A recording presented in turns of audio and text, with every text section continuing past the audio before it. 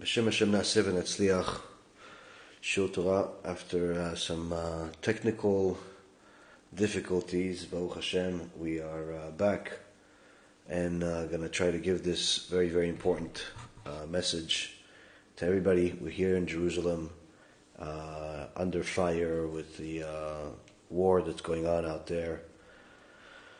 And Be'ezrat Hashem, this shiur will be for the refuah shlema, refuat nefesh, refuat guf, of all of those that have been injured, traumatized, and damaged in countless ways by these evil monsters that call themselves Palestinian, Hamas, Hezbollah, or whatever other animalistic names they have. May HaKadosh Baruch Hu protect all of those soldiers that are going to war to protect Am Yisrael, not just in the physical sense, but even more so as well in the spiritual sense, because there are two types of soldiers, and we're going to learn about that tonight, BeEzrat HaShem. So to just get right into it, since we've had to spend so much time dealing with the difficulties. There we go. This guy wants. Yeah. I don't know how to make. I don't know how to do that, buddy.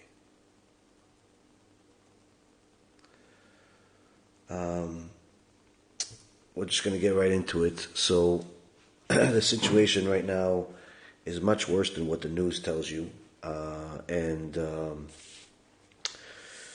it's important for people to know that, although there's different types of media sources out there, whether it's the main media, the CNNs, the BBCs, and the other Amaleks that are out there, that are just feeding the world different types of convoluted lies that seem like truth, or it's the small media out there that's full of assumptions and speculation, and certainly a lot of conspiracies. It's important for people to understand what's going on over here. It's important for us to understand, as Jewish people, where we go for news and where we don't go, and then what to do with the situation. It's now 3:30 in the morning here in Israel. There were several alarms earlier today because of these rockets that are being shot into pretty much everywhere.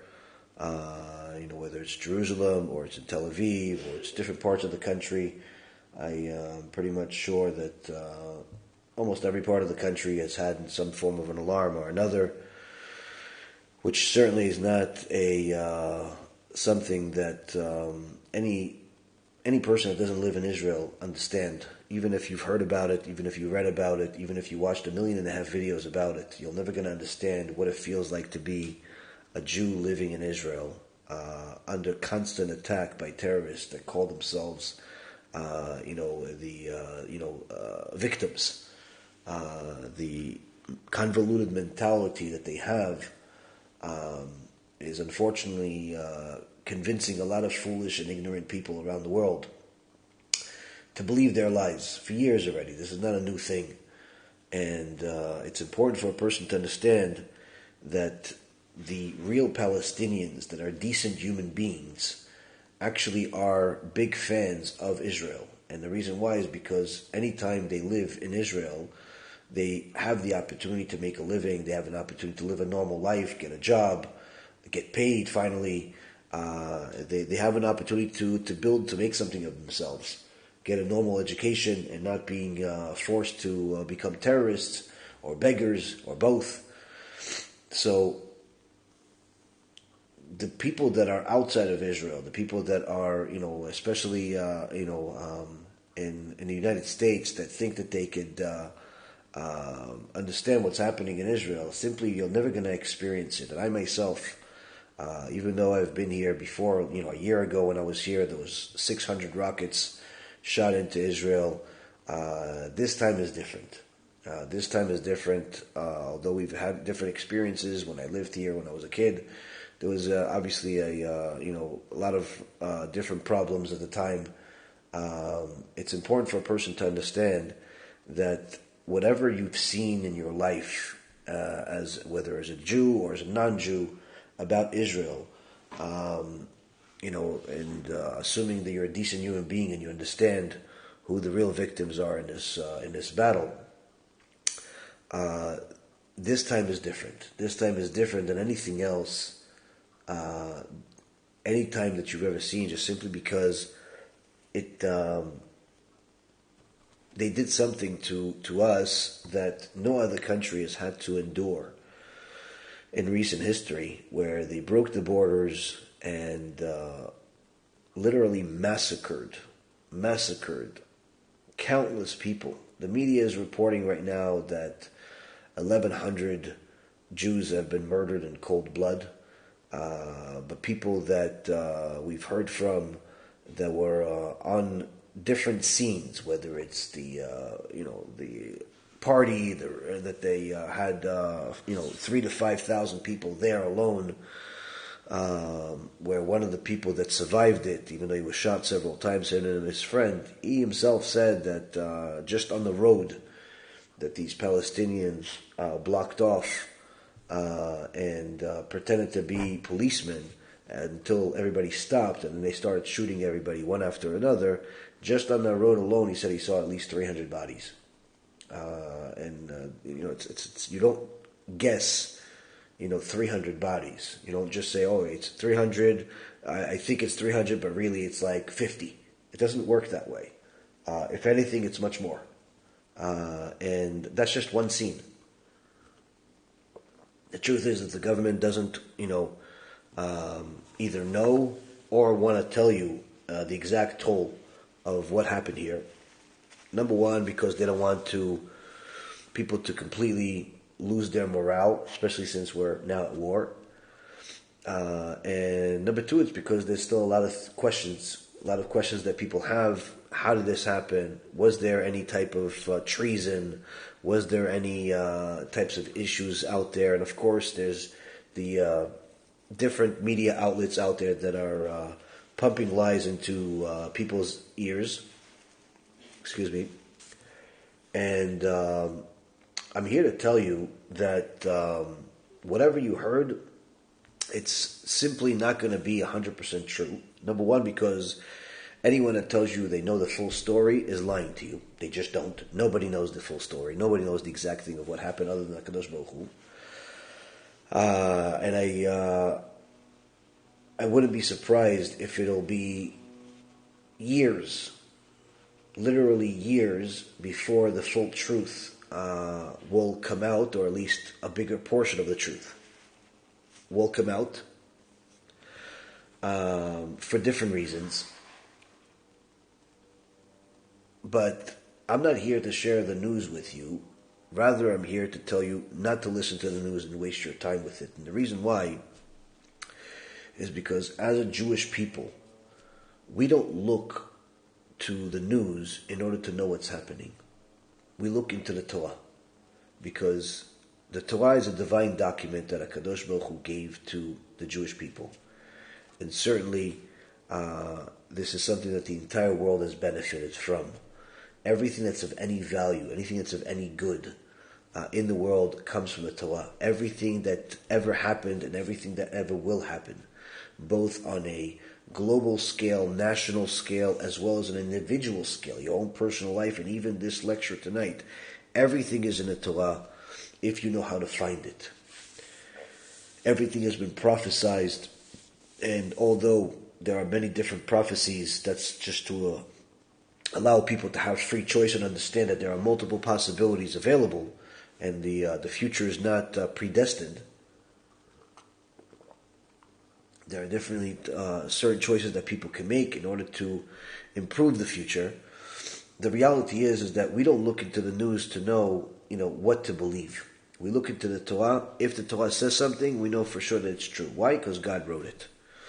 Whereas when a person says it, whether that person is a big-time reporter on some, liberal media outlet in the U.S. or somewhere else in the world, or it's some guy that's pretends to be a friend of Israel, that's has a YouTube channel and is reporting all types of strange events that he sees and people like him. And he has 1 million or 2 million followers or 100 million followers, whatever they have these days. But he's reporting from his own perspective that's far away, that's completely distant, and also is biased from his own perspective. So it's important for a person to know that, number one, the massacre that happened in the last couple of days is not the first time that we've been attacked. I mean, the Jewish people in Israel have been attacked day after day, since pretty much, the modern day Israel is really an understatement, because we've been attacked and tortured and pretty much the attempt to destroy us has been since the beginning of time. The rocket attacks that have become standard here in Israel, where Israel is getting bombed on a regular basis, is unlike anything else that any other country in the world needs to deal with. No other country in the world has to deal or has ever had to deal with such things, because any other country would respond differently. If, let's say, for example, if India shot a rocket, even one tiny little rocket from a bazooka gun into Pakistan, then you would have a full-blown war. You'd literally have a full-blown war. If if Canada shot a little rocket at the U.S., you'd have a full-blown war. When a bunch of terrorists, hijacked a plane and attacked the United States in September 11th of 2001, when I was still working on Wall Street, and literally just missed my the stop that was supposed to be literally where the destruction happened. I was working in Midtown Manhattan at the time, and when I got off the bus, we literally saw the first plane just hit the first tower. It was right before I got off the bus, and people didn't know what it was. And when that happened, the United States went into a full-blown war against all of the perpetrators, their friends, their cousins, their neighbors, anyone they know, anyone that is possibly knows them. Literally, they annihilated a couple of countries. Why? Because, they were attacked, and obviously there was a major life loss, but it wasn't, 600 or 2,000 rockets being sent on a regular basis. They didn't have to wait for that. It was one-time thing, and that's it. They wiped out the country off the map. Of course, they had all types of excuses and all types of reasons of why they did what they did. But the truth be told, for anyone that was alive at that time, for anyone that was mature at that time, everyone knows that the response that the United States had is a typical response of the United States, but is not a response that is permitted to Israel to do. The same concept happened in World War II, where, after nearly 6 million Jews were massacred, the United States finally decides to join the war, but they only after they were attacked in one part of their country, and they literally wiped out, 2 states with atomic bombs. So the response of the United States is very, very different than what they expect of Israel. And in Israel, unfortunately, they're under a situation where they have to ask permission to defend themselves, something that's completely moronic and against the safety of their own people. But this is not going to change anytime soon. After these terrorists came in and murdered, raped, and kidnapped countless people, they're confirmed already that there's at least 1,100 people that were murdered, Jewish people that were murdered.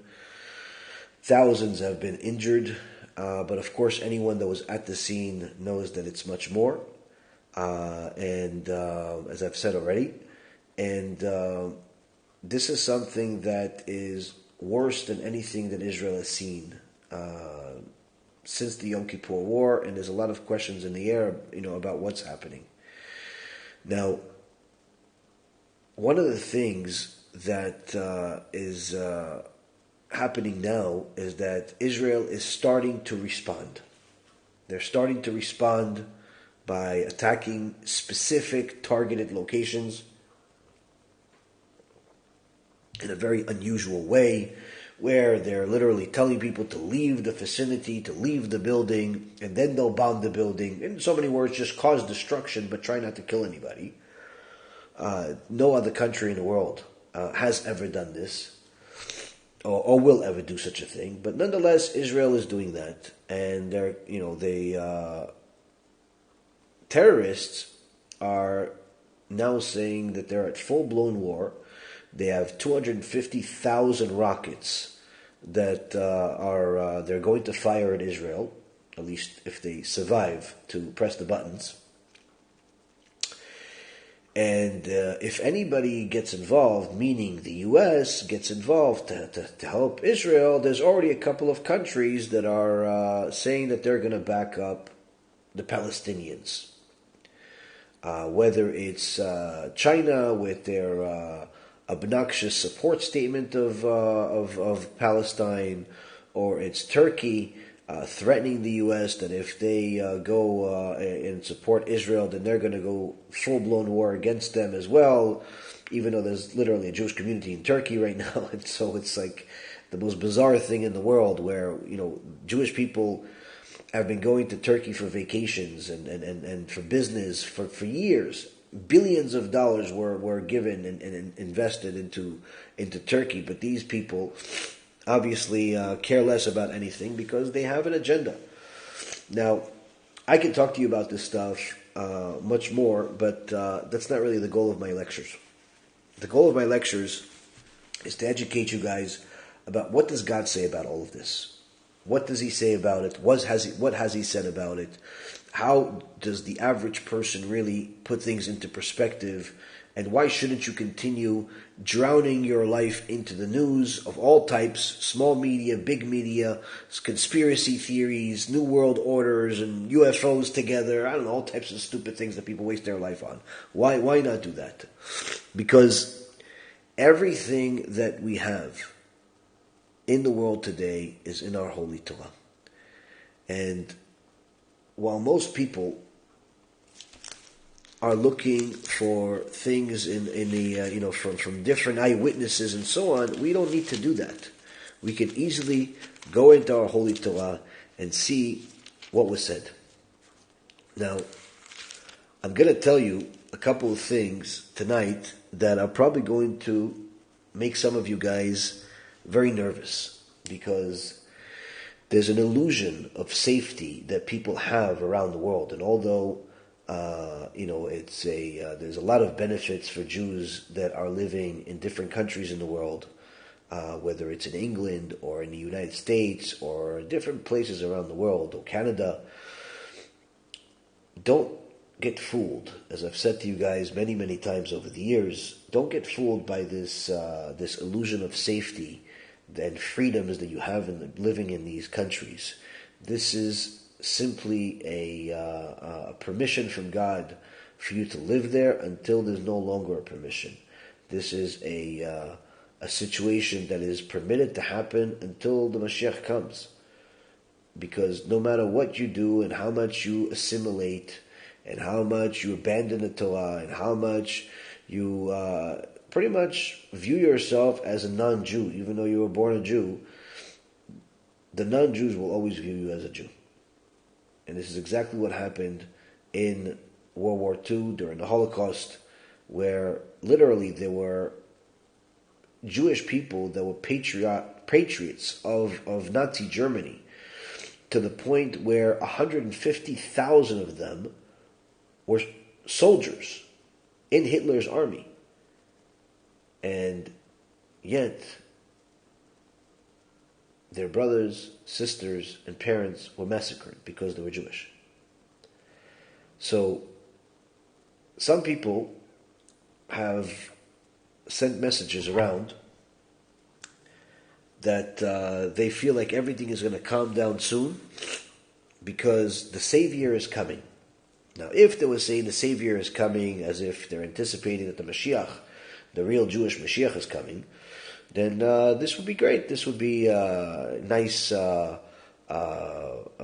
perspective for people to be optimistic, if they at least understood what Moshiach means, and they don't think it's some illusion that they have.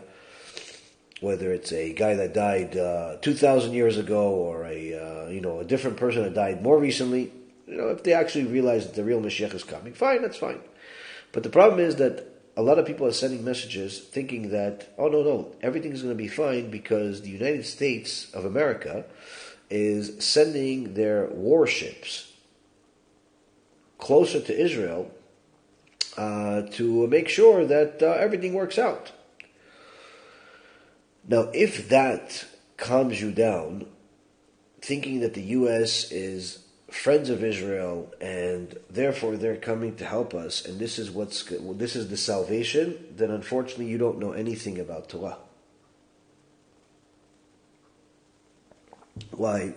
Because although there is an alliance between Israel and America, although there is nearly as many Jews living in America as there are in Israel, although most of them are secular in both places, but needless to say, there are Jews living in both countries, at least currently.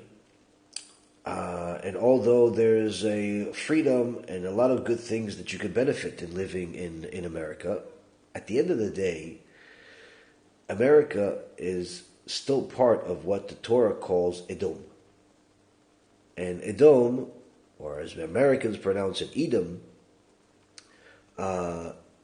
is still the biblical enemy of Yaakov. This does not mean that every American is bad. Certainly there are plenty of good ones. There are plenty of good Jews, and there are plenty of bad Jews. There are plenty of good Gentiles, and there are plenty of bad Gentiles. But the nation as a whole, the governments, the people that are pulling the strings, these are not friends of Israel. They never will be. Now there's obviously a amicable relationship to a certain extent between the two. There's certain interests that both have, but when it comes to our holy Torah, we don't look at things from that perspective. We don't look at things of, how is business as usual, as long as we have a vested interest, as long as we have money invested together, as long as we have weapons manufactured together and technology together, then this is a relationship that has to last. Like some people want to make themselves believe, never again, all these posters, never again, never again. It just happened a couple days ago. Never again. Never again went to the garbage. Never again went to the garbage. The whole slogan of never again just literally went to the garbage. The whole Zionist mentality of having protection just because you have the land went to the garbage. If it wasn't already in the garbage from the previous wars and attacks that we've had for several decades, every person that served in the army is ashamed of what happened here. People that literally served 30 years ago, 40 years ago, or people that are served just in the last couple of years have no idea how such a thing can happen, because based on the understanding that the Israeli army is a tough army, one of the best in the world, and they know that even when a little sheep or even a bug gets close to the border, they know about it. And how could it be that so many thousands of terrorists can enter the land with tractors and trucks and motorcycles without anybody acknowledging them even for 6 to 8 hours? So everybody understands that there was a divine hand involved here. The same concept with what's happening with the U.S. coming to the to Israel. There's also a divine hand involved there as well. So what does this divine hand tell us? The prophet Ezekiel, in chapter 38, as I mentioned to you guys just the other day, yesterday I think it was, we talked about some of the prophecies that will happen at the end of days. The prophet Ezekiel prophesies, not predicts. HaKadosh Baruch Hu gives him a prophecy of what will happen at the end of days. The same happened with the prophet Ovadia, where literally the entire book of Ovadia talks about the war between Edom and Yaakov, meaning the nations of Edom, which includes America, and Israel.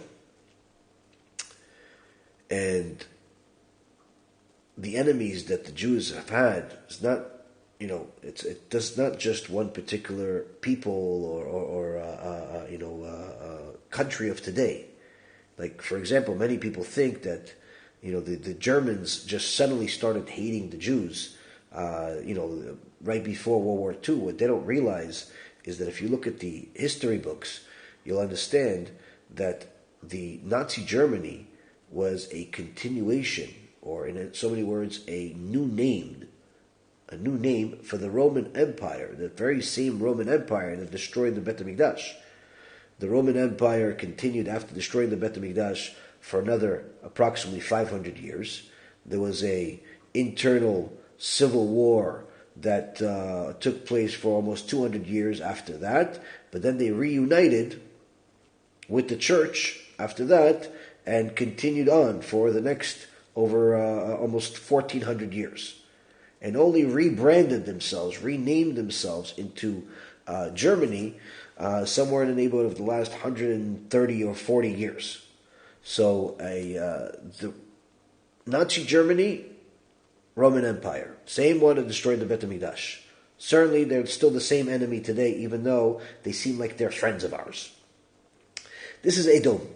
Now Edom is only given permission to attack Am Yisrael, to hurt Am Yisrael, if Am Yisrael has filled their cup with sins to the point where Hashem says enough is enough. To remove some of those sins, Hashem brings Edom's stick in order to hit the Jewish people, in order to encourage them to do Teshuvah. This has happened many times throughout the generations, whether it's the destruction of the Beit HaMikdash, or it's the pogroms that took place in England in the 1100s, about 900 years ago, or it's the Spanish Inquisition, or the countless other pogroms and Holocaust that have tormented the Jewish people around the world, whether in the Middle East, where my ancestors are from, or in across Europe, where countless Jews have vivid memories of living through it. The Jewish people have suffered day and night for the last couple of thousand years because of their Judaism. Whether they were religious or not was irrelevant. The world always saw them as Jews when the world wanted an excuse to hate them. But that's also because of HaKadosh Baruch Hu. Now, all of those pogroms, inquisitions, and holocausts are scary, but they're nothing in comparison to the end of days, which is where we find ourselves now. We are in the end of days, and the prophet Ezekiel, in chapter 38 of Ezekiel, gives a prophecy of what's going to happen at that time. And he talks about a war, a biblical war, a holy war, a world war, unlike anything else that ever took place, aside from the war of Israel that was led by Moshe Rabbeinu against Amalek in the desert, which is something we'll discuss at another time. But the war of Gog U'Magog is the end of the world as we know it, but it's also the beginning of a new world where there is the Moshiach, the Jewish Moshiach, ruling over not just the Jewish people, but over the entire world, whoever survives in there. And as we discussed in last night's shiur, the prophet Ezekiel and also the prophet Zechariah in chapter 14, they all predict a horrific war that the world has never seen. Even the Holocaust will look like a child's play next to this Gog U'Magog war. Because we're talking about a book that was written several thousand years ago, predicting a chemical war, a nuclear war, all happening at the same time. The Gaon Vilna says that the major disaster will take place in a matter of 8 minutes, and he was saying this at a time where we didn't have atomic bombs or even grenades. And the prophecy is that 2/3 of the world will be erased initially, and the last third will be tested based on their righteousness. Now,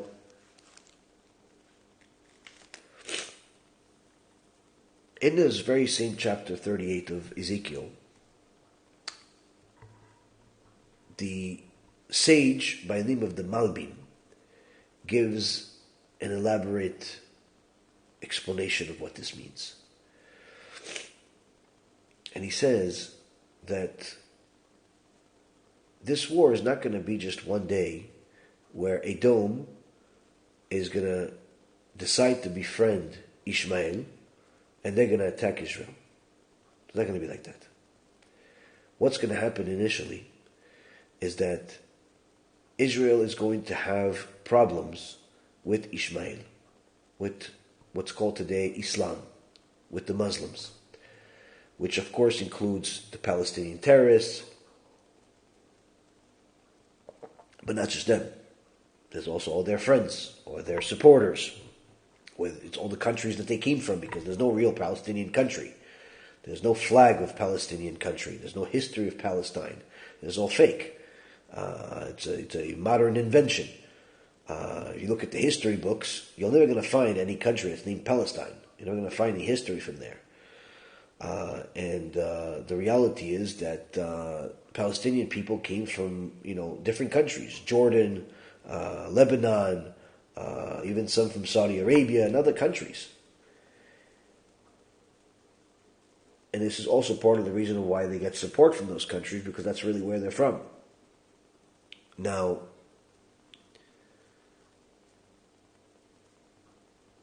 the prophet says that we're going to have a major war. And the Malbim elaborates that it's going to be a time where Israel is going to be in a major battle against Ishmael. And Edom is going to come to Israel to help them with the battle against Ishmael. Sounds familiar? Edom will come to Israel to help Israel with the battle against Ishmael, meaning they're going to join forces as if they're friends.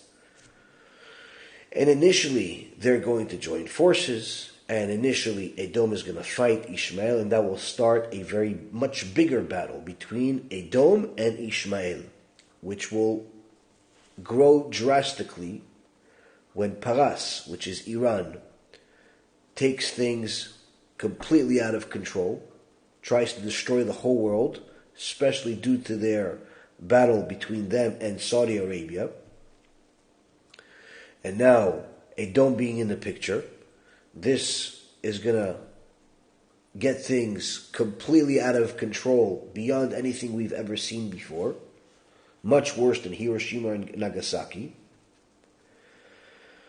But after this happens, and this complete destruction of each other, near destruction of each other, happens, instead of learning from their mistakes, they will decide that it's all the fault of Israel. And Edom and Ishmael will then join forces. The enemies that just murdered each other a day ago are going to join forces, and the entire world will attack Israel, all at the same time. And at that time, HaKadosh Baruch Hu will unveil to the world the real Jewish Moshiach, who will defeat and destroy all of the enemies of Israel without any weapons, without even a bullet or a bomb. Beruach piv yamit rasha, as the pasuk says, the verse in the Torah says, with the words of his mouth, he will destroy the wicked. Now,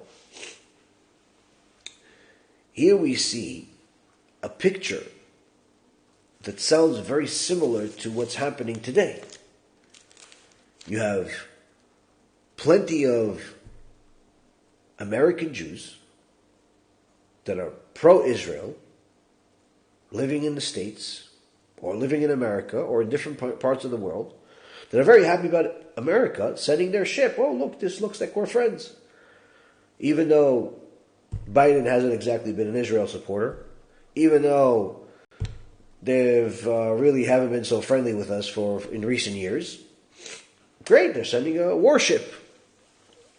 But somebody that follows the Torah and understands that when the sages said something, it wasn't a guess, it wasn't a just throwing a dart at the wall and hoping something sticks, but rather it was something that came from a masoret, from a lineage of teachings that goes all the way back to Moshe Rabbeinu.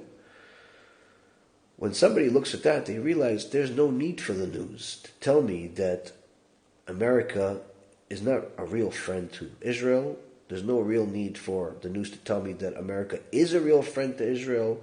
There's no need for the news to tell me that Israel is under fire, or there's no need for any of this stuff. Why? I see it in the Torah.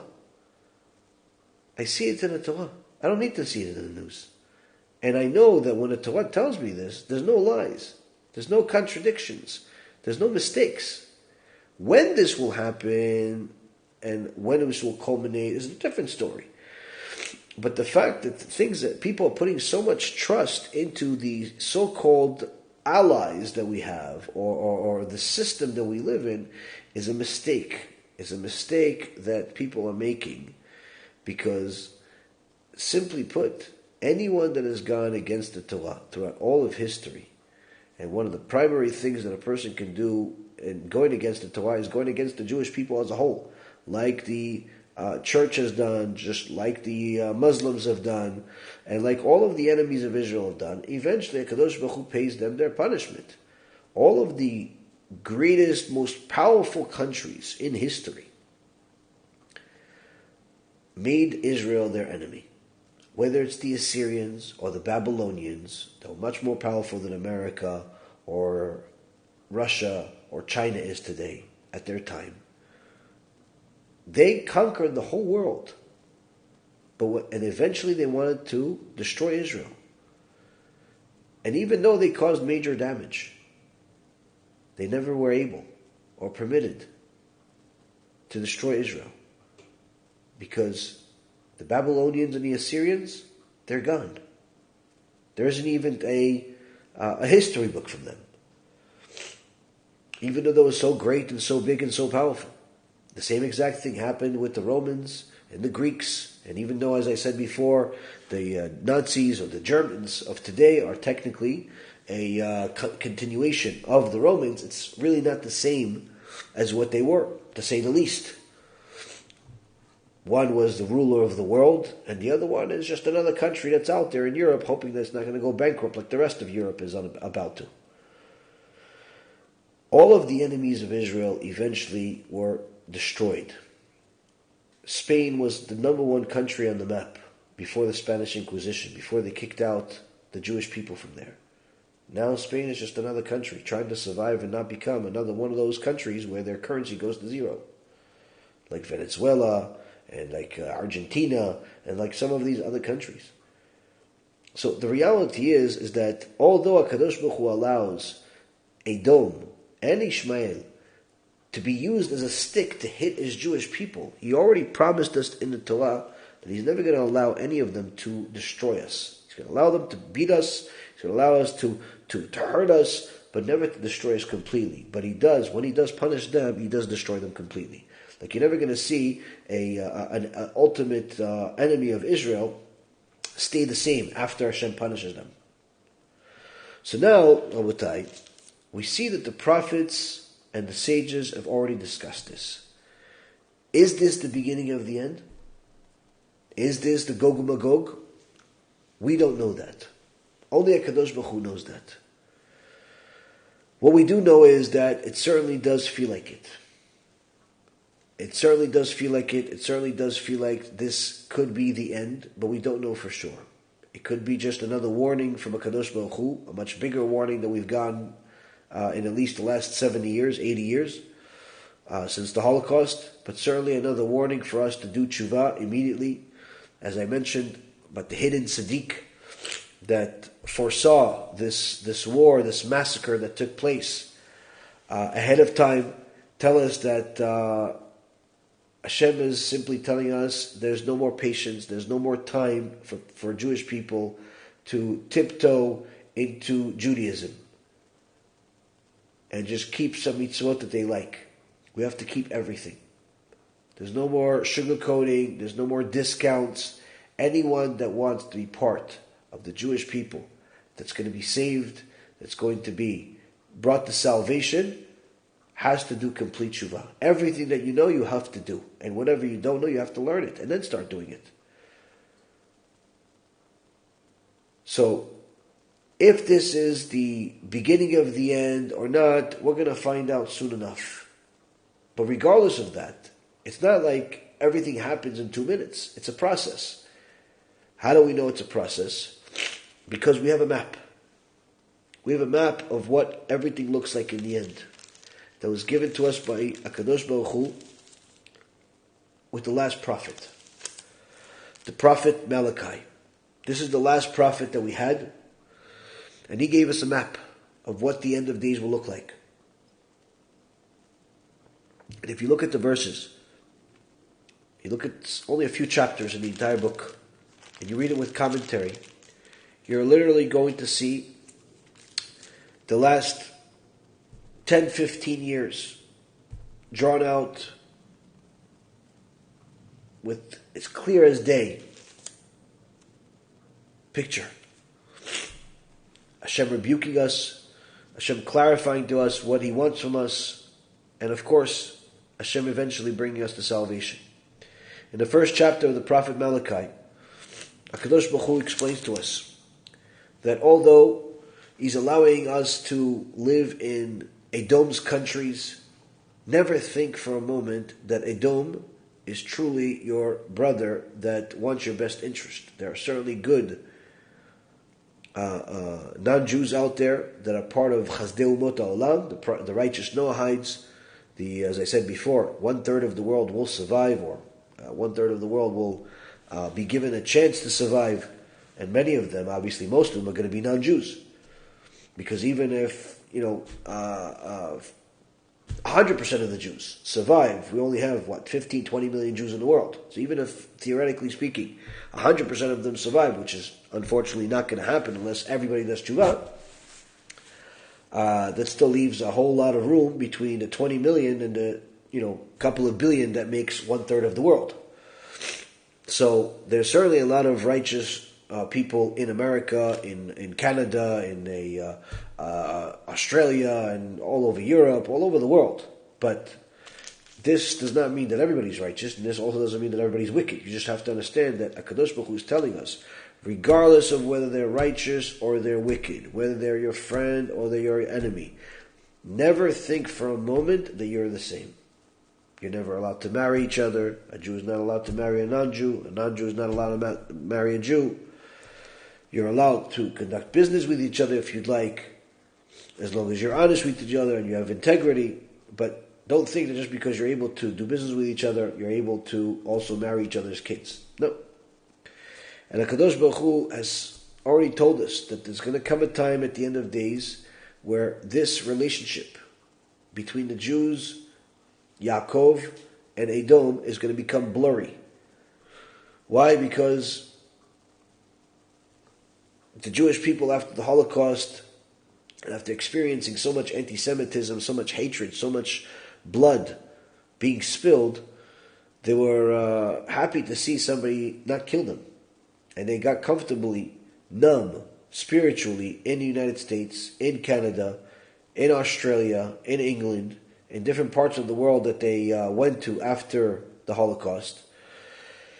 And before you know it, many of them went and started marrying non-Jews and forgetting about their Judaism altogether, forgetting about what happened during the Holocaust, forgetting about why it even happened, and blaming the politicians instead of blaming the actions of the individuals, blaming people instead of understanding that it all came from God.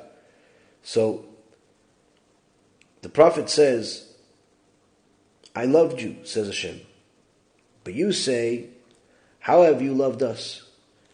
Was not Esav the brother of Yaakov the word of Hashem? Yet I loved Yaakov, but I hated Esav. I made his mountains a desolation and gave his heritage to the desert serpents. Though Edom will say, we have become destitute, but we will return and rebuild the ruins. Thus says Hashem, Master of legions. They may build, but I will tear down. It will be called the boundary of the wickedness, and the people whom Hashem had condemned forever. And your eyes will behold it. And you will say, upon the territory of Israel, may Hashem be glorified. So here Hashem is, in essence, telling us that for all of the Jews that are thinking that there's no difference between a Jew and a Gentile, there is. There are good ones, there are bad ones. But if this Gentile is connecting with the idolatrous beliefs that they have, is an enemy of Israel, is a person that hates Jews, you have to understand this is part of Edom, this is part of Esav. And HaKadosh Baruch Hu says, I hate Esav. I love Yaakov, I hate Esav. And Esav is not just an individual that lived a few thousand years ago. Esav is the representation of the nation of Edom. Nation of Edom includes America. It's not just America, it's obviously many others, whether it be Russia or Europe, but it's pretty much everybody that's not, almost everybody that's not Ishmael. So, HaKadosh Baruch Hu told us this Judeo-Christian relations that so many Jews have been focusing on for the last 30 years, 40 years, are not the will of Hashem. If somebody wants to convert to Judaism, not only are they allowed to convert to there, but in fact the Torah speaks about 36 different times how much Hashem favors the converts and loves the converts. Meaning that Judaism is open for everybody. It's not just for the people that are born Jewish. But if somebody unites with the Edom mentality of idolatry, of atheism, of anti-Semitism, then, and you say, listen, let's befriend them because they have some money and they're willing to invest in Israel. They have some land and they're allowing us to live there.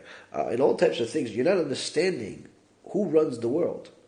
So this is something that unfortunately many Jews have ignored, and the first part of the prophet Malachai discusses it. The next part, it says in same chapter 1, verse 6, a son will honor his father and a servant his master. If I am a father, where is my honor? If I am a master, where is my fear? Says Hashem, master of legions. To you, the Kohanim who scorn my name, yet you say, how have we scorned your name? You present on my altar loathsome food, and you say, how have I loathed you? By your saying, the table of Hashem is repulsive. Here, HaKadosh Baruch Hu is rebuking us because we have simply had stopped preaching the truth. Many Jews have not only abandoned the Jewish path and the Jewish religion and the Jewish belief system, but they still feel Jewish and no one tells them otherwise. They violate Shabbat, they drive on Shabbat, they do all types of things that are against the Torah, and just because they show up to synagogue once a year, everyone, thinks, oh, I'm still Jewish. And the reality is the secular mentality has become something that has much more strength than any other time in history. And part of the reason is because the leaders, the Kohanim, the ones that were supposed to teach the truth, really did not. Really did not.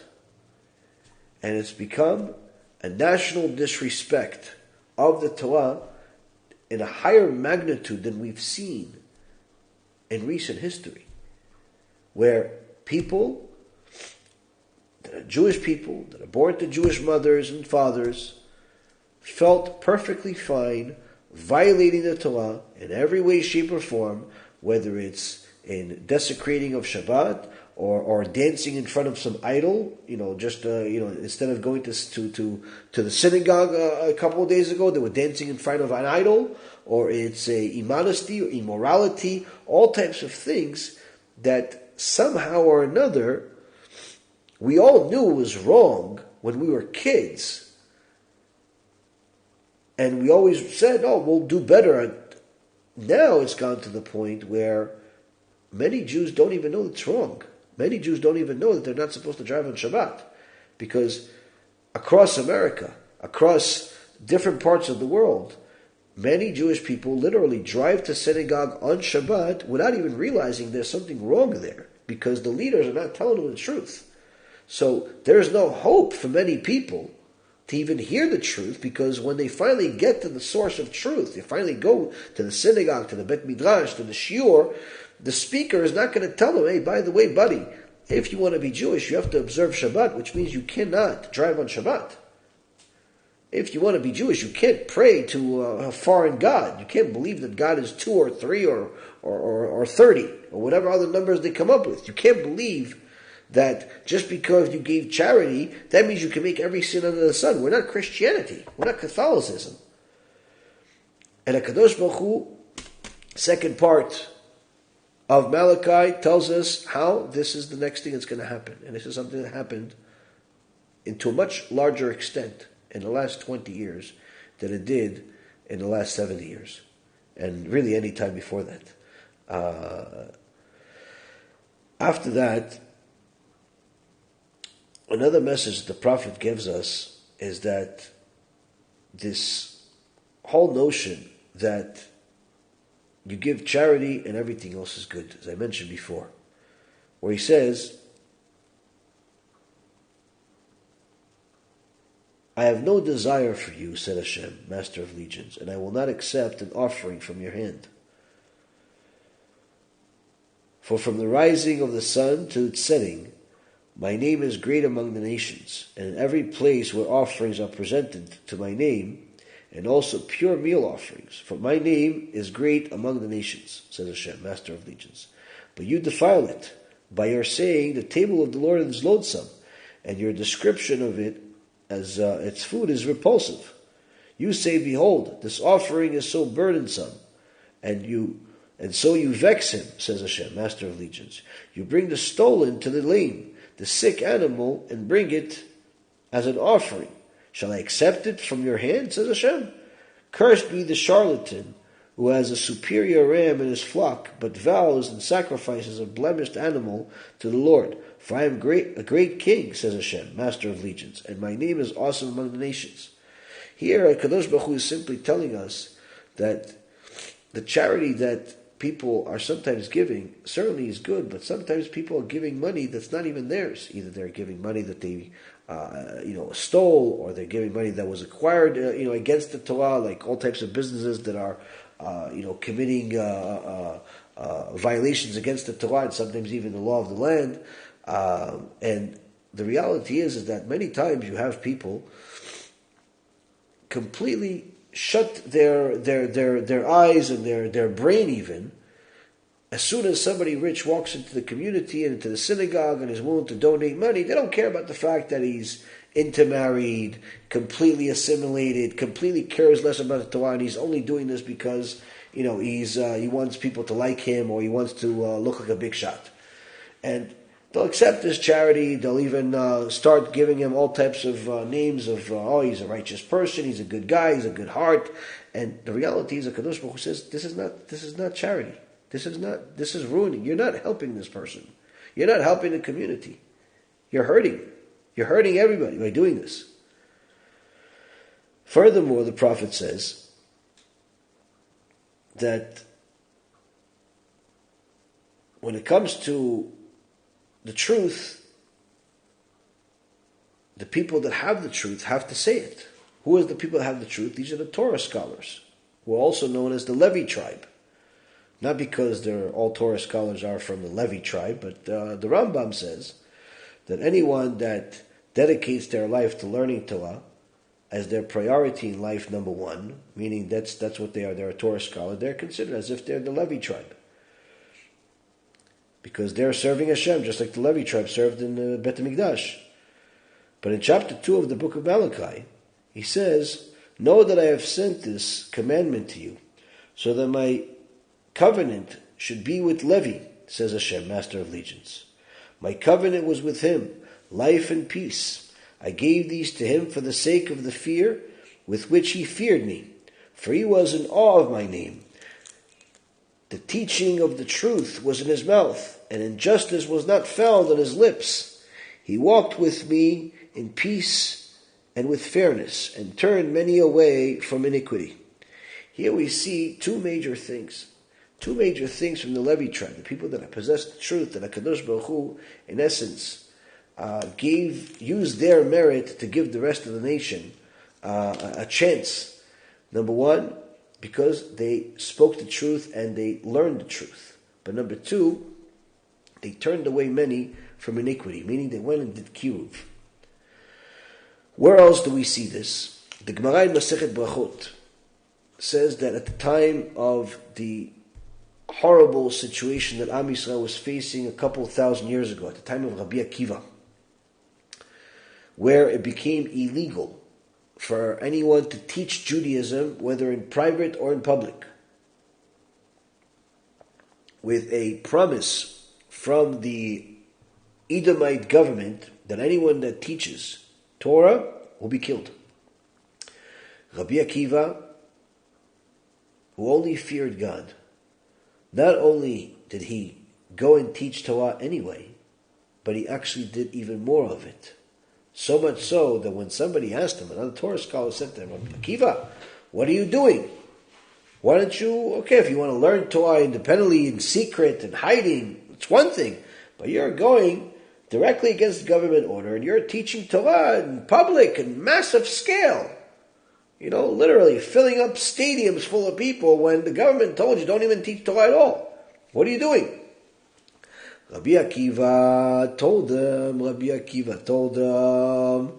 although I would like to learn Torah more on my own, although I could grow most spiritually on my own if I learn Torah, what makes us a nation, what makes us a Jew, what makes us a people is when we care about each other's spiritual growth. Meaning, what makes a person a true leader is if he goes like the Levi tribe and he makes sure that other Jews know the truth and therefore have the tools and the ability and the knowledge to stay away from sin, to stay away from the wrong path. Here we see Rabbi Akiva telling us the importance of helping other Jews do Teshuvah to such an extent that he risked his whole life and eventually lost his life as a result of his teaching in public. But he did this willingly and happily. Why? Because although a lot of people like to concern themselves with this physical well-being of their fellow, the reality is the spiritual well-being of your fellow is even more important. Because the physical well-being of your fellow is critical, and you need to help them if you see if there's somebody poor, if there's somebody in need.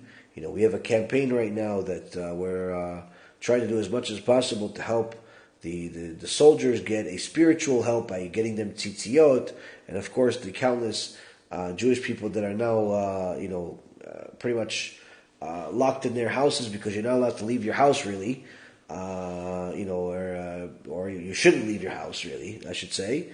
Not allowed to leave your house is coming soon probably. They're already sending messages to everybody here that you should store water and you should store lights and batteries for at least several days. And of course, many people here are, have no idea what to do. Like this is something that reminds some people from what happened in the Corona time.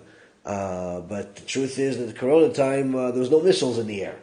And there's no war that was at massive scale like there is right now. But what's happening is that it's not just the victims that got massacred, it's not just the victims that got hurt by the shots, but really there's a lot of other victims that are having even more financial difficulty than ever before because there's no government assistance, there's no help, and also they're not able to work. They're not able to go to the store. And in many of the stores, even if you go, they're closed. Or there's a shortage in some places of certain products. The point being is that the amount of problems are much greater than what people know in the media and what people are reporting. And that's why we in our organization are doing everything we possibly can to help people,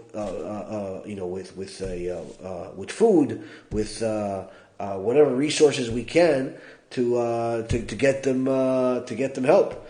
And Baruch Hashem, since we've done this quite a bit over the years. Most recently, we did a major food distribution just a week and a half ago. We're helping people, but the amount of requests versus the amount of ability that we have are a world of difference. So we need as much help as possible. That's why we have the campaign for anyone that wants to help Jewish soldiers get spiritual help by getting tzitziot, or it's people you want to help us feed people that are in need, like this poor woman that contacted me just literally maybe an hour before I started the lecture, that she has no food to eat. She has a family, 5 kids, and they don't have money even to pay the electric. So Baruch Hashem, we're able to help them and send them some money, but this is not something that's the norm. So this is something that definitely gets people to want to help. But what HaKadosh Baruch Hu is telling us here is that although it's important for you to care about your brother's physical well-being, you should also care about his spiritual well-being. And the primary role that a Talmid Chacham, a Torah scholar, a rabbi has is not only to care about the spiritual role of his fellow Jews, but to make sure to keep them away from sins. Now, how can you keep them away from sins if you tell them Hashem forgives everyone no matter what? Or like the heretics think, God needs you, so therefore He'll never punish you, and all types of other nonsense. So here Kadosh Baruch Hu is already telling us that in the end of days, Kiruv will be the number one priority. To help people do Teshuvah will be the number one priority, but unfortunately not many will take it up. Not many will support it. They may support, sending money to the Nazis in Ukraine. They may support, building another zoo. They may support building a museum. They may support even building another synagogue or another religious center. But to support other Jews doing Teshuvah, not so much. Not so much. The amount of money that goes into helping Jews do Teshuvah versus all the other stuff is literally a world of difference. And even the places that many people donate to, that say that they're doing outreach, in reality, they're not doing outreach. They're just, event centers. They just have events. They have, get-togethers where people can meet each other, eat, drink, get fat, make sins. But very few are actually telling them the truth about staying away from sins. And unfortunately, some of the biggest Torah organizations out there are afraid to tell people the truth. So much so that even when I go out there and I tell people about the importance of protecting your brit and not wasting seed and not being immoral and not doing things that are against the Torah, not, what do? Instead of supporting it, they censor us. Oh, maybe you could, do this lecture by cutting off this part and that part and this part, and out of 2 hours, maybe you'll have 5 minutes left. Or maybe you could say it differently. Or maybe, what are you censoring me for? I'm telling you what the Torah says. I'm not saying things from my own words. But that's the problem. People are afraid to tell the truth, even if they do call themselves outreach organizations. And this is one of the things that HaKadosh Baruch Hu says He's going to rebuke us of. Furthermore, the prophet Malachai talks to us in the same chapter 2 about heretics and the war against heretics, that not only he has a war against them, but also the war that certain people will take against those heretics.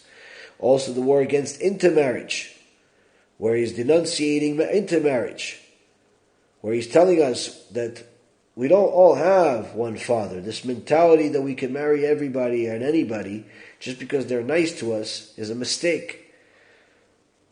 To such an extent that the prophet says, in the name of God,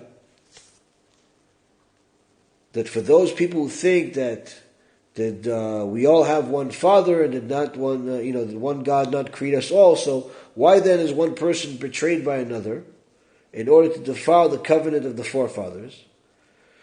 Kadosh Baruch Hu says, Judah has betrayed, and an abomination has been done in Israel and in Jerusalem. For Judah has defiled the holy nation of Hashem, which he loved, and has taken in marriage the daughter of a foreign god. May Hashem eliminate from the man who does this any child and descendant from the tents of Yaakov, and anyone who might present an offering of Hashem, Master of Legions. Here Kadosh Baruch Hu rebukes every single Jew out there that's intermarried. Intermarried doesn't actually require you to be married to a non-Jew, but rather if you are intimate with a non-Jew, that's considered intermarriage according to Judaism. If you are living together, that's intermarriage. You don't need to be, civilly married to be intermarried. And HaKadosh Baruch Hu is telling us that before the end of days, this will be one of the biggest problems we're facing. And in fact, here, in Israel, there certainly is intermarriage, but nowhere near as much as there is intermarriage in America, in England, in different parts of the world, where in America there's literally a better chance of you flying in the air like Superman than marrying a Jew in some communities. Just because of the complete confusion of what the truth is. So a person needs to understand that HaKadosh Baruch Hu is telling us all of this will happen before the end of days. All of this will happen before the end of days. And he continues telling us that things will actually get worse for all of those people that think it's, just a bad time, but it'll go away. Because when the wrath comes, the wrath will come in a surprise, but in a much worse way than anyone can imagine.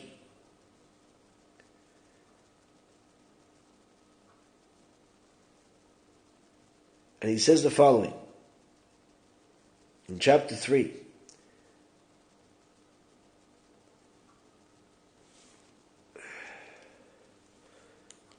In Hebrew it says, Ineni sholech malachi upina derech lefanai upitom yavo elecha lo ha'adon asher atem mevakshim umalach habrit asher atem chafetzim hine ba amar Adonai Tzevaot. Behold, I am sending my messenger, and he will clear the path before me. Suddenly, the Lord whom you seek will come to his sanctuary, and the messengers of the covenant for whom you yearn, behold, he comes, says Hashem, Master of Legions. Here Hashem is telling us that he's going to send this messenger suddenly. Now many people think that he's talking about Moshiach initially.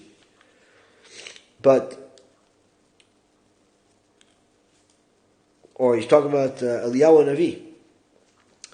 But really, if we look at the verses, we see that he spells the word Eliyahu two different ways.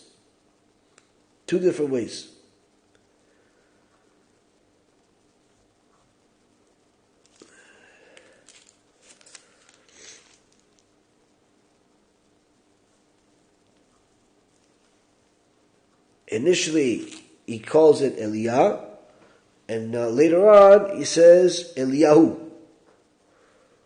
So, the Ramban says that's because the initial messenger are going to be truth speakers. People that are not going to be, he says he's going to be sending prophets, but not Navi. Navi is not always a prophet like we know prophet that is able to tell the future, but a Navi is Niv Svatayim, people that are speakers, that tell the truth, that say the word of God. He's going to send those people that speak the truth to the Jewish people in Israel, to the Jewish people around the world, to wake them up. This wake-up call is going to happen before Eliyahu Navi is going to come. This is going to happen before Eliyahu Navi is going to come. Because once he comes, everything will be different. Now, what's the goal of these initial people? These people that speak the truth, these messengers of Hashem.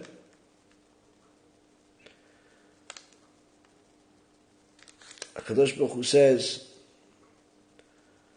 who can bear the day of his coming, and who can survive when he appears? For he will be like a smelter's fire, and like a launderer's soap. He will sit smelting and purifying silver. He will purify the children of Levi and refine them like gold and like silver. And they will be for Hashem's presenters of offerings in righteousness. So he is telling us that those truth speakers are going to help the other people that are perhaps have some Torah knowledge but are not necessarily telling people the truth. He's going to refine them. Why? Because the whole goal is to offer everybody a last chance. Everybody a last chance to do Teshuvah before the end. And he continues, and he says, I will draw near to you for the judgment, and I will be a swift witness against the sorcerers, against the adulterers, against those who swear falsely, against those who extort the wage of a worker, the widow and the orphan, and against those who wrong the stranger, and do not fear me, says Hashem, Master of Legions. For I, Hashem, have not changed, and you, the sons of Yaakov, you have not perished. So here Kadosh Baruch Hu is telling us, listen, despite all the difficulties that I gave you, I never destroyed you. You haven't perished. And I myself haven't changed. I made you a promise, I'm going to keep you alive. But that doesn't mean that you continue doing whatever you want. I'm going to send you people that will speak the truth to you, because the ultimate goal is for you to be given a chance to do Teshuvah one last time before the Moshiach comes. Because once the Moshiach comes, that's it. And that's why the next part talks about Teshuvah, where everybody has to do Teshuvah before the final end. Those who do Teshuvah will acquire Yirat Shamayim, they'll acquire fear of heaven. And that's what the next section, after talking about Teshuvah, talks about the extraordinary reward that people will have for fearing God, where he says, you have said it's useless to serve God. What gain is there for us that we have kept his watch, and that we walk submissively before Hashem, Master of Legions?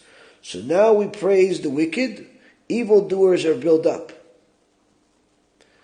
They have even tested God and escaped. So initially, at the end of days, it's going to be confusing. Why? Because there's going to be some truth speakers, few, but some, and there's going to be a lot of false speakers. A lot of people teaching lies, whether it's the media or even fake rabbis that are teaching people that no matter what, God will love you and will give you salvation, and that nobody goes to hell, nobody goes to Gehenna, and all types of other nonsense. So it's going to be a time of confusion with people that don't know the truth 100%, because it's going to look like the wicked people are winning. So Hashem says, those who fear Hashem spoke to one another, and Hashem listened and heard, and a book of remembrance was written before him for those who fear Hashem and those who give thought to his name. They will be a precious treasure for me, says Hashem, Master of Legions, on a day which I bring about, and I will have mercy on them as a man has mercy on his son who serves him. Then you will return and see the difference between the righteous and the wicked, between one who serves God and one who does not serve him. So here HaKadosh Baruch Hu is telling us that the confusion will grow before the ultimate end, because it's going to look like the wicked are not being punished, and the righteous sometimes seems like they're being punished or they're suffering. Hashem says, no, if you actually do real Teshuvah, you listen to the truthful speakers, the truth that's out there, you'll see a reward. You'll see a reward unlike any other, because you're going to be the one that's ultimately saved. Ultimately saved before this end. For behold, the day is coming, as he finishes the book of Malachai, chapter 3, just the next verse after. He says, behold, the day is coming, burning like an oven, when all the wicked people and all the evildoers will be like straw, and that coming day will burn them up, says Hashem, Master of Legions, so that it will not leave them a root or a branch, but a sun of righteousness will shine for you who fear my name, with healing in its rays, and you will go out and flourish like calves fattened in the stall, and you will trample the wicked, for they will be ashes under the soles of your feet. On that day that I bring about, says Hashem, Master of Legions, remember the Torah of Moshe, my servant, which I commanded him at Choev, which is Mount Sinai, for all of Israel, its decrees and its statutes. Behold, I send you Eliyahu Navi, before the coming of the great and awesome day of Hashem, and he will turn back to God the hearts of fathers with their sons, and the hearts of sons with their fathers, lest I come and strike the land with utter destruction. So here HaKadosh Baruch Hu finalizes the prophecies here from Malachai, the last prophet, and he says, despite the confusion that you're going to hear from heretics and all types of false speakers, in the end, those that have fear of the Almighty and truly serve Him will be rewarded in a tremendous way. The first part of their reward is that they'll see them surviving and the wicked being burned up and destroyed, along with the rest of the enemies of Am Yisrael. And as he says, if you want to be part of those righteous, not only do you have to fear God, but you have to remember the Torah of Moshiach, meaning you have to fulfill the entire Torah. No, just fulfill one of the commandments that you like, and the rest of it you ignore. Whatever makes sense to you, and the rest of it you disregard. No, the whole thing. The whole thing you have to keep. Because once Eliyahu Navi comes on that great and awesome day, he's going to be the one that's in essence going to push over anyone that's on the fence, that's been trying but hasn't succeeding, but he's trying, he really wants to do it, he needs something. Why? Lest they come and strike the land with utter destruction. He says either you do Teshuvah as soon as possible, through speeches, through the videos, through the books, or you're going to see and even be part of the destruction. So here we see, Rabotai Karim, and there's much, much more, but I've already taken enough time to explain this to you. The last prophet that we have, the prophet Malachai, literally the more you learn this book, the more you see the end of days that we are in play out, play by play, decade by decade, everything that's happened to Am Yisrael in the last 30 or 40 years. You see all of it, especially in the last 10 years of things that have happened. But the same token, HaKadosh Baruch Hu gives you a map. He says, if you want to survive, if you want to be one of those that gets the ultimate salvation, first and foremost, you should know the salvation at the end of the days is not going to be like the salvation of coming out of Egypt. Why? Coming out of Egypt, despite the fact that we saw miracles and wonders, only a small part of Am Yisrael came out of Egypt. 20% of Am Yisrael came out of Egypt. Some say even less. The rest of them, Hashem killed them because they did not want to repent. They didn't want to do Teshuvah. They didn't want to leave Egypt. They didn't want to leave the idolatry. So Hashem killed all of them during the plague of darkness. So only 20% of Am Yisrael came out of Egypt and went to Mount Sinai.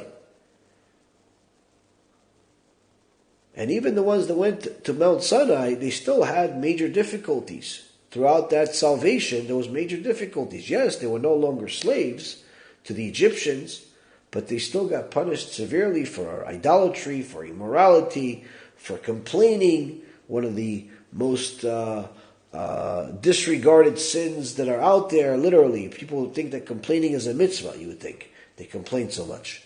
Not realizing that Hashem nearly destroyed Am Yisrael 10 times in the desert because of their complaining. So, before you complain, before you mock, before you say foolish things, realize that HaKadosh Baruch Hu is offering us an opportunity of all opportunities, where He's telling us that those that actually listen to the truth, those that follow the truth, acquire a real awe of God by following the Holy Torah, their ultimate salvation will be much greater than the salvation that was brought to us when we came out of Egypt, when He took us out of Egypt. Why? Because once this salvation comes, there's no more hardship. There's no more difficulties. There's no more terrorist attacks. There's no more war. There's no more fighting with your evil inclination so you don't watch things that are forbidden to watch. No more of that. All you're going to have is salvation. But if you played games with God and you weren't really serious, or you continued listening to the heretics, or you continued acting and having the same beliefs as heretics, continued mocking the Torah, continued cleaving yourself to the sins, then Hashem promises that He will destroy you along with the rest of the enemies of Am Yisrael. Meaning He will put the wicked Jews in the same place as He puts wicked Nazis. Why? Because He's giving us a serious chance. And He wrote to us clearly, nearly over 2,000 years ago. Over 2,000 years ago, this is written by the last prophet. All of these things will happen before the end of days.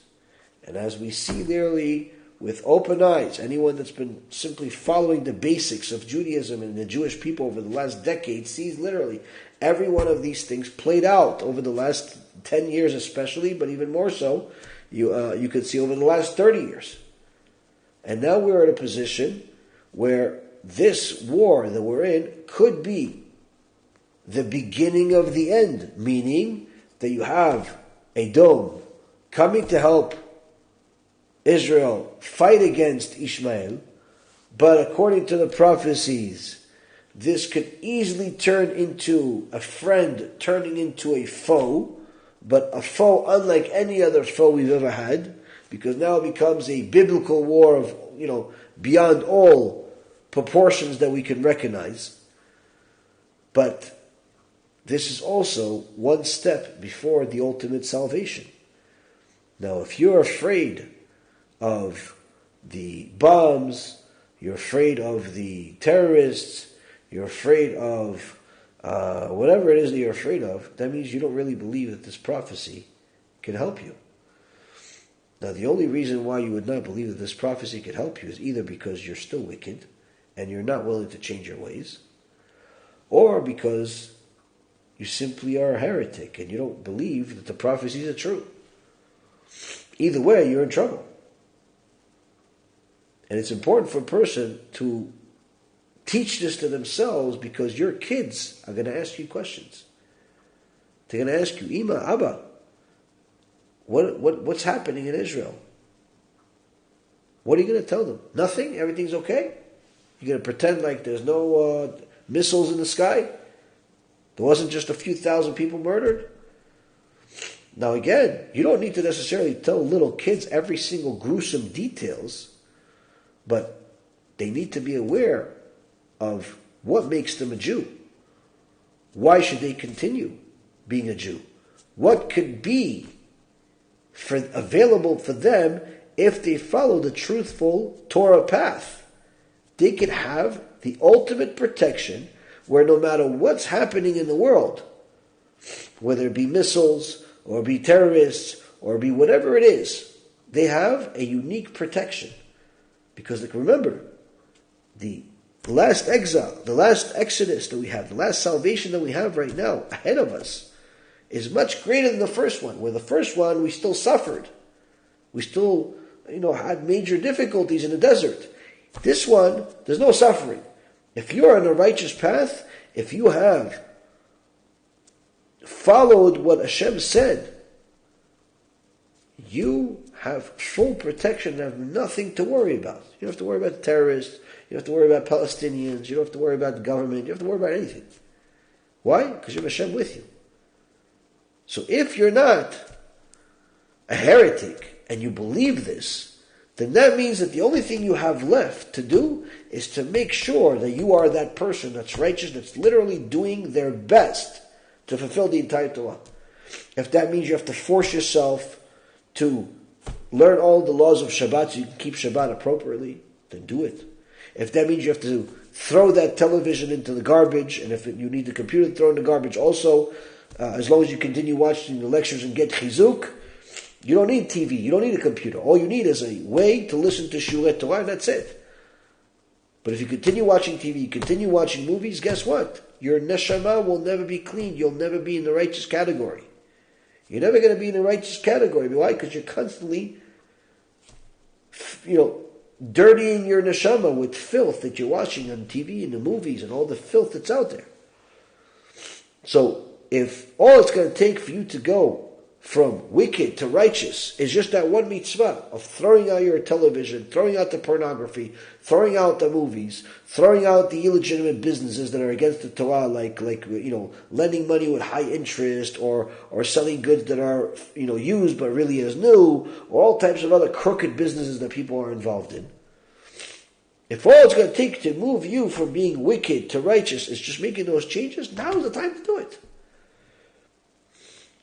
If all it's going to take you from righteous to wicked is for you to force yourself to become more generous and care about your brothers, regardless of whether they're your blood brothers or they're your spiritual brothers as part of Am Yisrael,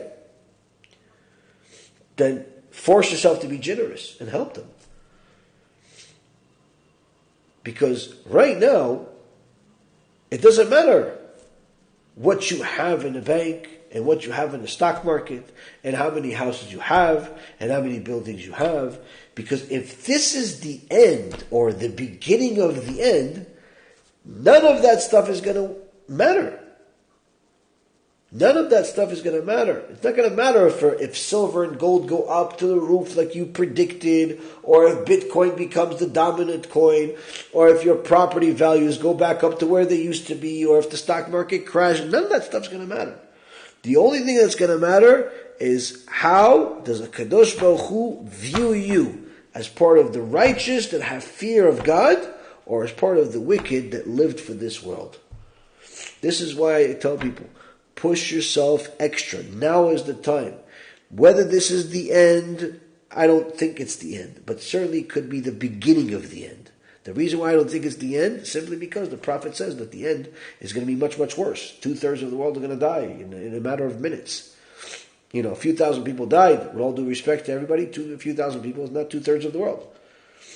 Even though each Jew is worth like the value of the whole world, the reality is still what the pasuk says, what the verse says, 2/3 of the world. So this is nothing in comparison to the end. But it certainly could be the beginning of the end, as we saw from what's happening in the world, and according to what the Malbim says. So right now, this is the time to push full force into doing Teshuvah, into doing chesed, into giving charity to righteous causes, to real causes, not to just some fairy tale places. It's the time to improve your prayer, improve your learning. We have this learning campaign that we told you guys that we want to gather people that are learning the Talmud, Jewish people that are learning the Talmud, and we want enough people that are learning 1 million pages in 1 year between everybody. We already got several thousand pages commitment to today and several thousand before that, but we're trying to literally get up to 1 million dapim per day, and 1 million dapim per year committed.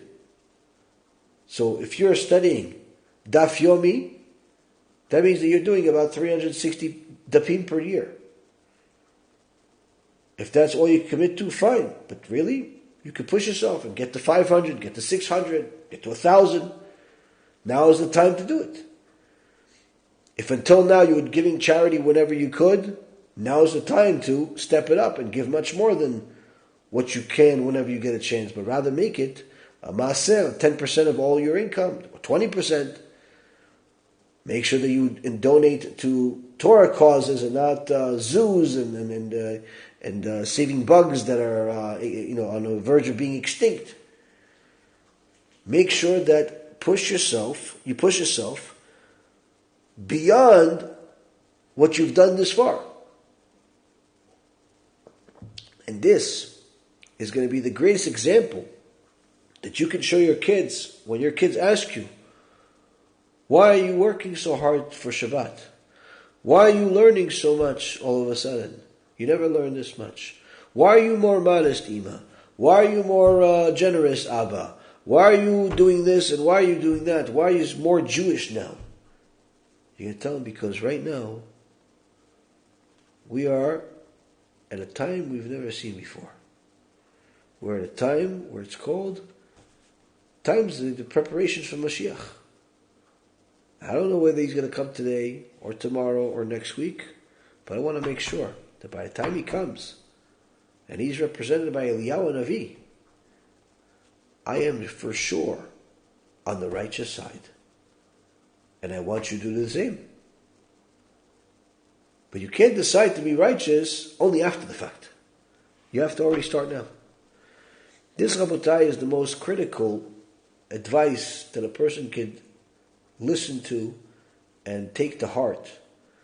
Because while the news is going to tell you all types of things to steer your attention away from what you should be thinking about, instead of thinking about fixing your soul, they'll tell you to try to fix your bank account and your investment portfolio. Replace your stocks with bonds, or replace your bonds with gold, or replace gold with Bitcoin, and all types of other mumbo-jumbo. Forget about all that stuff. Whatever you have, you have. If Hashem wants you to have more, you'll have more. If Hashem wants you to have nothing, you'll have nothing. But the point is, use whatever tools you have to improve your situation as much as you possibly can. This is the time to take on modesty. This is the time to take on Shabbat. This is the time to take on, going to protecting your morality. This is the time that you have to push yourself to the limits in learning Torah and everything else. This is the time to do it. Because whether you look at it from the perspective of the news, or you look at it from the perspective of the Torah, the situation doesn't look good. Now, while the perspective of the news will give you all types of ideas of how this journalist is a better strategist of what he thinks people should do versus the next journalist that thinks that people should do something else, in reality, neither one of them can do anything. Why? HaKadosh Baruch Hu runs the world. HaKadosh Baruch Hu runs the world. And if a person realizes that, they're not going to waste any time building more and more for this world, but rather focus on their spiritual status. So focusing on your spiritual status will sometimes require you to use material, whether it be money or house or all types of goods, to try to do as much as you can to get a better pair of tefillin, to get move to a better Jewish community, to donate more, to do all types of good things that you could do with money. Not because God needs your money, but rather God gave you money so you could use it in order to improve your situation. If you are smart, that's what you'll do. But if you're going to improve just your material situation and get yourself another house, another watch, another thing, another that, and forget about getting closer to Hashem, then you yourself are judging yourself as part of the wicked. And that's going to be a mistake that you're not going to be able to fix. So, BeEzrat HaShem, this gives people the chizuk, especially after all of the difficulties that we had to endure and overcome just to put this live shiur on. It's now 5 o'clock in the morning here in Israel, and certainly it's a necessary thing that we needed to do to help everybody that needs some direction in their life. Last but not least, for some of you guys that are here in Israel and are asking about whether you should leave Israel and go back to America or wherever it is that you're from, if you believe in the Torah and its prophecies, then you'll realize that there's no safer place in the world than being in Israel, where you're next to Chachamim, next to Tzaddikim, and regardless of where you are, if you are close to Hashem, following the Torah, and doing everything possible to put yourself in a situation where you are in the book of righteous, it doesn't matter what the terrorists are doing, it doesn't matter what the airlines are doing, it doesn't matter what the government is doing, none of that stuff matters. Why? You're with Hashem. And Hashem will protect you. Hashem will protect you. Now, we know that a lot of people are not fully aware of all this. This is why we're also doing whatever we can to get some of these soldiers to put on tzitziyot, because even though some of them are atheists or completely secular, they came to us and they asked us for something to help them before they go to this war. All of a sudden, everybody's becoming interested in God again. Interested in why is this happening? Interested in some type of salvation, some type of help, some type of end to this misery. And they all know there's only one place that can answer all of those questions with the same answer. And that's to Hashem. That's to Hashem. So, each one of us knows what we need to get strong in. Each one of us knows what we can do more in. What we're doing on our end is as follows. One, like we said, we're going to continue publicizing the Torah and the learning like we have in the past, but we have to do more to make sure that we are doing our path. We are being the right messengers. So the second thing is we're giving everybody an opportunity to join with us to help poor people that are here in Israel. Families of Avrechim, families of different Jewish people that can't work or simply have lost a lot due to what's happening out there. You want to join us? By all means. There's literally millions and millions of dollars needed, but whatever you send, you send. You know already all the videos that we've sent in the past of what we do with the money and how we actually help people with the money rather than line our pockets with them. So anyone that wants to join with us, by all means, you're welcome to. Go to bhchesed.org. bhchesed.org, or you can see it in our groups. This is to help the poor and the needy at time of need. We're also here to help the soldiers. Help the soldiers get spiritual protection so they have the opportunity to come home and do Teshuvah. So we already contacted, or have been in contact with several people that are managing a platoon of soldiers, large group of soldiers, medium group of soldiers, small group of soldiers, and they're all asking us for tzitziot. Now the tzitziot have to have special specifications, colors, and so on. It's not the regular tzitzit you buy from the store, but nonetheless, we're going to do our best to meet their demands, however much it is. If it's 1,000, if it's 2,000, if it's 5,000 tzitziot, if it's, I don't know, however much it is, we're going to try to get them as many tzitziot as we possibly can. Already some of you have sent money to help us with it. There's much more needed. You want to help? By all means. Same campaign is there. That's the second thing we're doing. The third thing that we're doing, which I'm sure is going to make some of you guys very happy, is that we're going to do more shiurim, more lectures. Initially, it's going to be more videos like this. Once things calm down, we could perhaps do a live lecture in front of a crowd. We're going to make an event, a local event here in our kollel.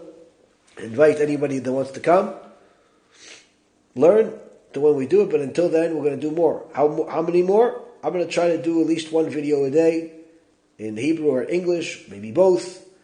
May Hashem give me the ability to do so.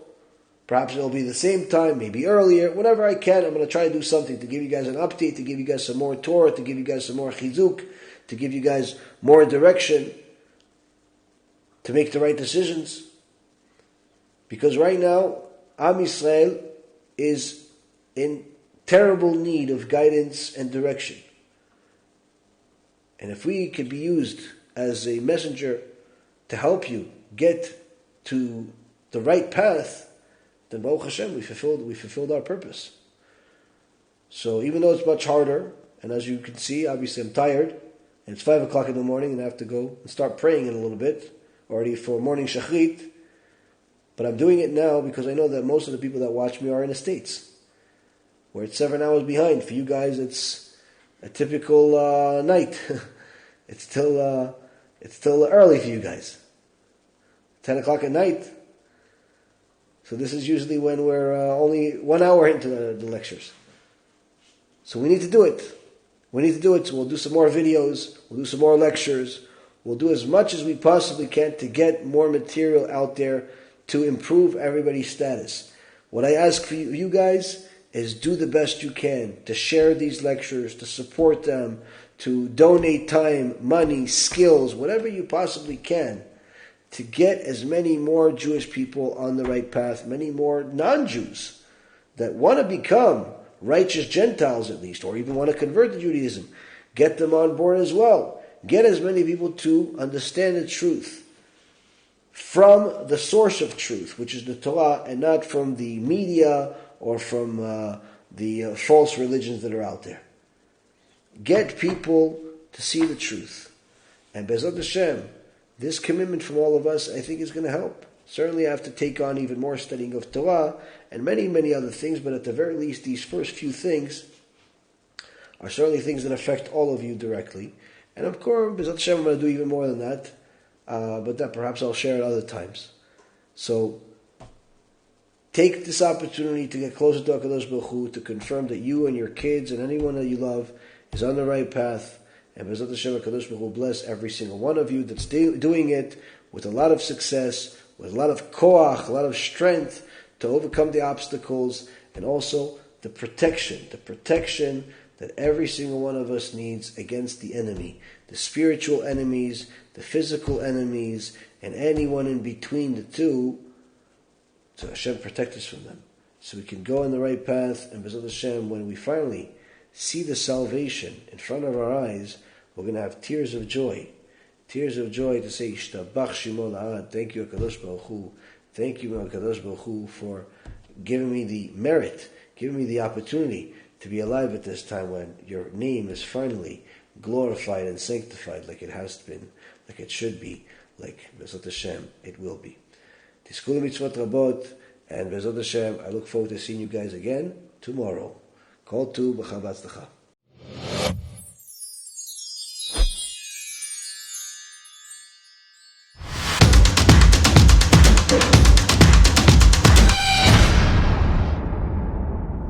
זה ידידי הרב ירון ראובן שמסר את נפשו ומוסר את נפשו, ולכן ידידיי ואהוביי אני רוצה לעשות לו כאן הפתעה הערב. אני צריך מכם 10 או בחורים או אברכים שיקבלו עליהם ללמוד את הש"ס בשנה, 7 דפים ליום, 3.5 שעות ביום. בעזרת השם יזכו במלגה מכובדת מארגון בעזרת השם. ש"ס בשנה, מי שהראשון מוזמן, הראשונים יבואו לשולחן הנשיאות בזריזות. ברוך השם. 17 לומדי תורה שקיבלו על עצמם את סיום הש"ס. 17 סיומי ש"ס בשנה לכבודה של תורה, לכבוד עם ישראל, לכבוד הקדוש ברוך הוא שישתבח בבניו ויאמר בני בכורי ישראל. עמלי תורה שקיבלו על עצמם לבוא וללמוד 7 דפים ביום, לבוא ולזכות את עם ישראל. ברוכים תהיו.